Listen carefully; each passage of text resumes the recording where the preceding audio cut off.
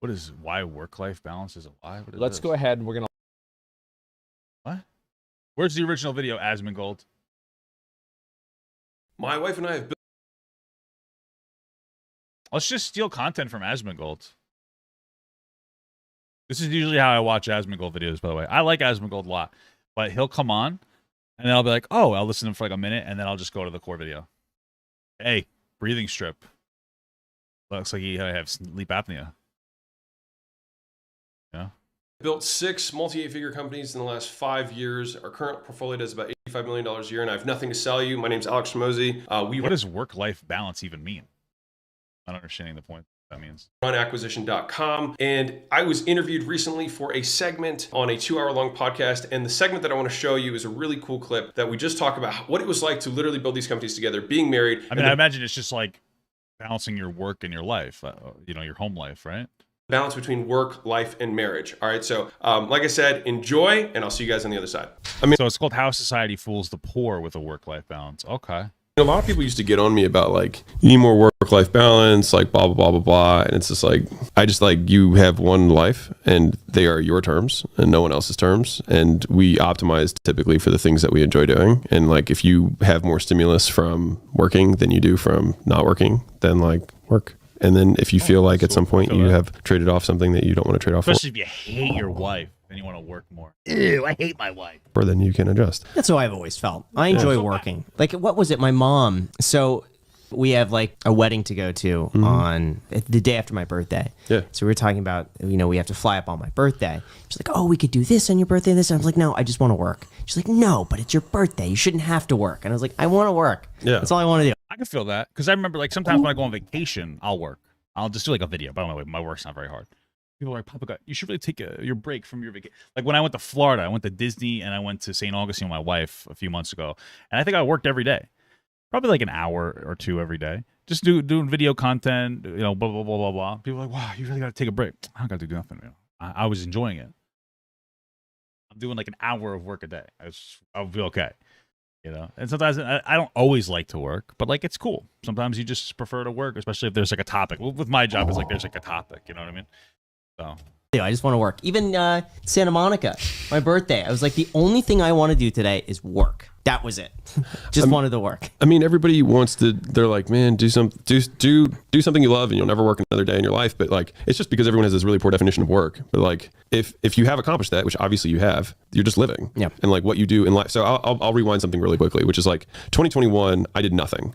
I owned all the companies, pounded out a lot of cash flow, and I did nothing. And it was a very miserable year for me because I tried to spend the money that I was making and I couldn't. Like it was just not even really a possibility. why? I wonder what he's doing. I would just buy. I don't even know what I'd buy, bro. I was gonna make a joke. I don't even really buy things. I have nothing I really want. I buy Loungefly bags for my wife. And so like I got into a place of like, why am I even doing this? Like, what's the point? Like, I'll never even be able to spend this money that I have. Like, why have I been doing all this stuff? And in starting acquisition.com, or at least making that the sole focus now again, and being able to build all the infrastructure, hire the teams and all the stuff that we're doing on that side of the business, like I have so much joy getting back into the game. Because I feel like I've been kind of like in a super high leverage position for like an extended period of time, that I exited the business because I thought that was what the next natural step was supposed to be, which is like you go from CEO to owning it as a shareholder or board of directors, whatever. And that is very much what happened. But I realized that for me, at least, it's like I work to create options, not to not work. And so a lot of people like, they work really hard to not have to work later. It's like, no, it's like I work to have the option to work. And so I can choose to work. And that choice is the freedom that I have. And so like if I'm choosing with the optionality that I have to work, then that is exactly what I want to do. Just being on the other side of it, of like going to the like, there's literally no way I can spend this money for the rest of my life mountaintop. Like the only thing that I wanted to do was the thing that got me here, which is like, I love working. And so it's the thing that I find meaningful. And okay. Yeah, I get that. I mean, that's the thing is I remember hearing Jordan Peterson talk about specifically men and working. And it's like, a lot of men make more money than they'll ever need. And they make more money beyond like what they would like. There's a diminishing returns on the amount of money you make. Like once you make a certain amount of money, you don't need to make more. And then there's still a lot of men who strive for more, and it's really just about like this competitive aspect and like making more and doing more and like bettering yourself as much as possible, et cetera, et cetera, et cetera.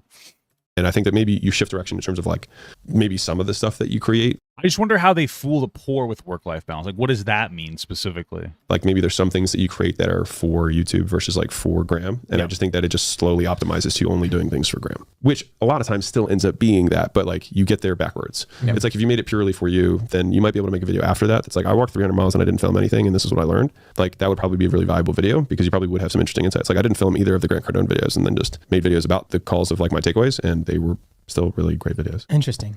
Okay, so my only thought to that is like you are in a very unique position because you run this business with your wife and stuff like that. And I think that marriage plays a big part in my life. Yeah. And I think Yeah, marriage sure. is a compromise. And Marriage is pretty poggers, dude. My wife's my best friend. But I don't need any other friends, bro. so my wife I still have like gaming friends. So. doesn't like it when I work as much, and her, I guess her like love language is what, quality time or whatever. And I think Graham's girlfriend Macy is similar, and I think that there's a compromise there where yes, Graham, if all he wants to do is work, that's great, and he can work and work and work. But I think that marriage, a successful marriage, is truly a compromise. And if it turns out that like This you is really good. I have like so many thoughts right now. yeah, it's stimulating conversation, and I think and I think everybody's in a unique position because definitely like there's you could say, well, I'm gonna grind away now so that I don't have to work in the future and we can spend time together, or you can kind of balance it. Bro, you know what else? When they keep saying like I want to grind now and then like do nothing in the future, bro. You know what's crazy? There's so many people I know. Well, I guess I don't know them anymore. They're dead. But there's people like you ever hear like the people who the guys, mostly men. And that's just from my experience. This might be purely anecdotal. Where they stop working, they die like in 2 years. You ever hear that shit, bro? It's usually guys. Once they stop working, like they lose like the reason of their life or their value or their meaning or whatever the word I'm looking for. I can't come up with is, and they just die. They just got nothing left to live for. I wonder why that happens more to men than women. I wonder why. But it's just interesting. And live in the now and live in the future, but I think everybody's kind of in a unique position. But I think that part of your life is always going to be a compromise to some sort of extent. So I think it's a belief that you choose to define it that way. Yep, Like, you I'm said, okay. like, Yeah, I'm okay. Yeah, I mean that's work-life balance. I think what I'm getting from this video is that work-life balance is up to the individual. I just don't understand how the society fools the poor people with work-life balance. Like, what is it that, like, is it the messaging of saying, like, have good work-life balance that's making people poor? Like, I don't understand what they're talking about that. So compromise is a belief statement. Like that's not a statement of fact. That is a belief. And so like I don't believe that marriage is a compromise. Tell Like, us your experience with that, because because I'm sure we all have different experiences. Yeah. Mine in the beginning was that I did find that there was a compromise because Macy came from the mindset like 5 or 6 p.m. comes around, you're done with work, and you're free. And my mind works 24/7. I tried that, and I woke up really early. I'd wake up at like 5 a.m. so I could be done by 5 p.m. and have the night. And that worked for actually quite a while because I actually found I was so productive in those morning hours that I could be done by 5 and be like, oh wow, this is great. But over a long term, trying to figure out like a balance, I found myself, I wasn't myself. Like I felt anxious. I was just like uptight. I was why? just, like, About what part? Like no, of work, because I couldn't work during the hours that I wanted to work. Like sometimes Okay. you just have those days where it's just like no, I'm so focused and I got it. Like you have that concentration, you just have to continue. And so having that freedom for me, if I That guy has a big hat. That's all I wanted to say. don't have that, I just wasn't myself and I was miserable. Yeah. What I'm going to say, and I have very strong views, and they are not common. But I also think that I don't want to live a common life, and so that I cannot have common views. So just like as a big disclaimer to that, like I've only seen 2 dynamics that work in relationships over like an extended period of time. I'm gonna be real with you. I live a very, what do you say, like ordinary, plain life. I love my job, but I feel like a lot. I put in. I don't really overwork myself, man. I just chill. I'm one of those guys. I mean, I'm just being real with you. I'm pretty decent. I'm pretty successful. Stream maybe 3 or 4 hours a day. I do maybe 4 or 5 hours of work a day, maybe 6 or 7 days a week. At most, what are we talking about? 35 hours a week? That's the most. That's a little unrealistic. I usually take a day off here and there. I'm just saying I don't work super hard. Where like a lot of these other guys, like I love working this and that. It's weird. I liked working a lot more when I worked a real job. I used to not hate it. I used to be kind of used to it. I'd work like 40, 50, well, of course 40, but like 50, 60 hours a week in a lot of instances. I'd do like Uber and stuff and like Lyft and whatever bullshit odd job I needed to do. And I kind of enjoyed it. I don't know. It sounds weird. But this is different. I think it's because I'm always on. I guess. Because, you know, when you're at your job and shit, you got downtime. You're chilling on your phone. You're kind of just like, you know, jerking it. Not literally jerking it, you know? I think they say that you do like maybe 4 hours of work, like on average at like an 8-hour job. Maybe that was it. I had a lot more down. There's a lot of times where you're at work and you're just at work. You're not really doing a lot. You know what I mean? I think everybody has that. Except unless you work at like a fast food or something, then you're always working. But I managed like a cleaning crew for a bus company, so it's like I have my uptime, my downtime, and if I got all my work finished, which I do a lot of times. I'd be banging out by Monday, like Wednesday. I'd be like, boom. Thursday, Friday was like, you know, those were the easy as fuck. You know, just like a different vibe. That's what the union job gets you, brother. I kind of enjoyed working. It's like I get up, I go to work. You know what it was? I enjoy. Maybe it's because I know I'm not going on a tangent. Maybe it's because I enjoyed having a task, and if I was really good at that task, boom, done. I'm done for the week. You know what I'm saying? It was different though. I enjoyed work more then. Like I would pick up overtime and shit. You know what I mean? Kind of enjoyed it. But now I guess it's because like my needs are met because I make a decent amount of money. So now I'm like I don't feel like I have to. I'm less stressed with that. You know, I'm eating less taquitos. I'll tell you that. It's good for my health. I was fucking banging those bitches down. One is kind of the like we're in it together, and the other is like the, you know, cheerleader and quarterback cheering you on. But the thing is like sure. I can speak a lot to the, you know, we're in the game together.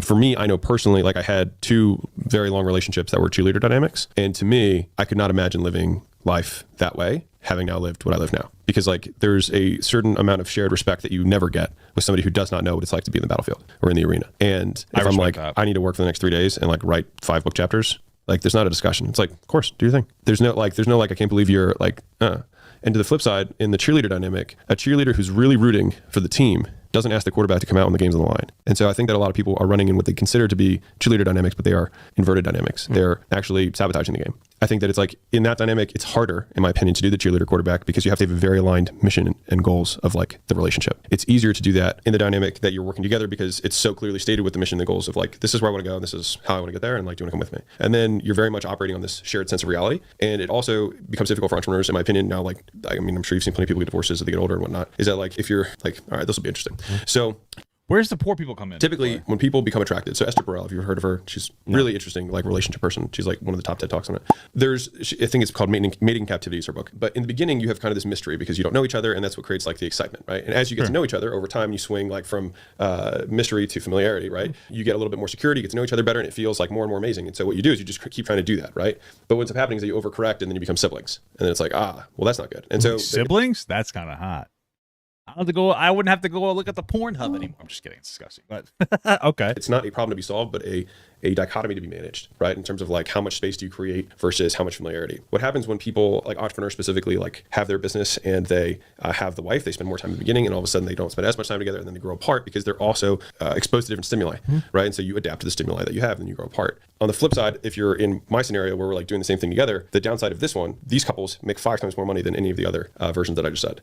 But you can become too familiar and then you just become siblings. So for us, we actually create more space. So it's like we try to work on separate sides of the house. Well, it just kind of sounds like he's saying like, hey, we have like our alone time, which is like a relationship boundary. Everybody does that. I get what they're saying. I still don't get the poverty thing.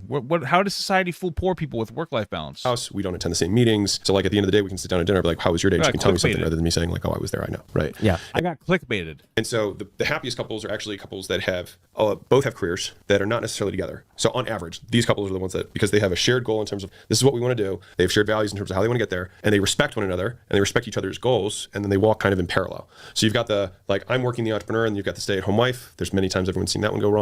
There's the, like, we're both working together in it, so these people have to correct for trying to create more familiarity. These ones have to create more space, so you have the space to be missed. And then these ones tend to be in the middle already, and so they just kind of like have to keep walking. And so for me, it was actually just interesting seeing the different dynamics and like how we had to correct in the beginning. Like we spent all day, every day together, and the business was small, so it was like she was there and I was here, and we worked out together and we ate together, and we did that for like 2 years. And I was like, maybe I'll sit on different meetings than you.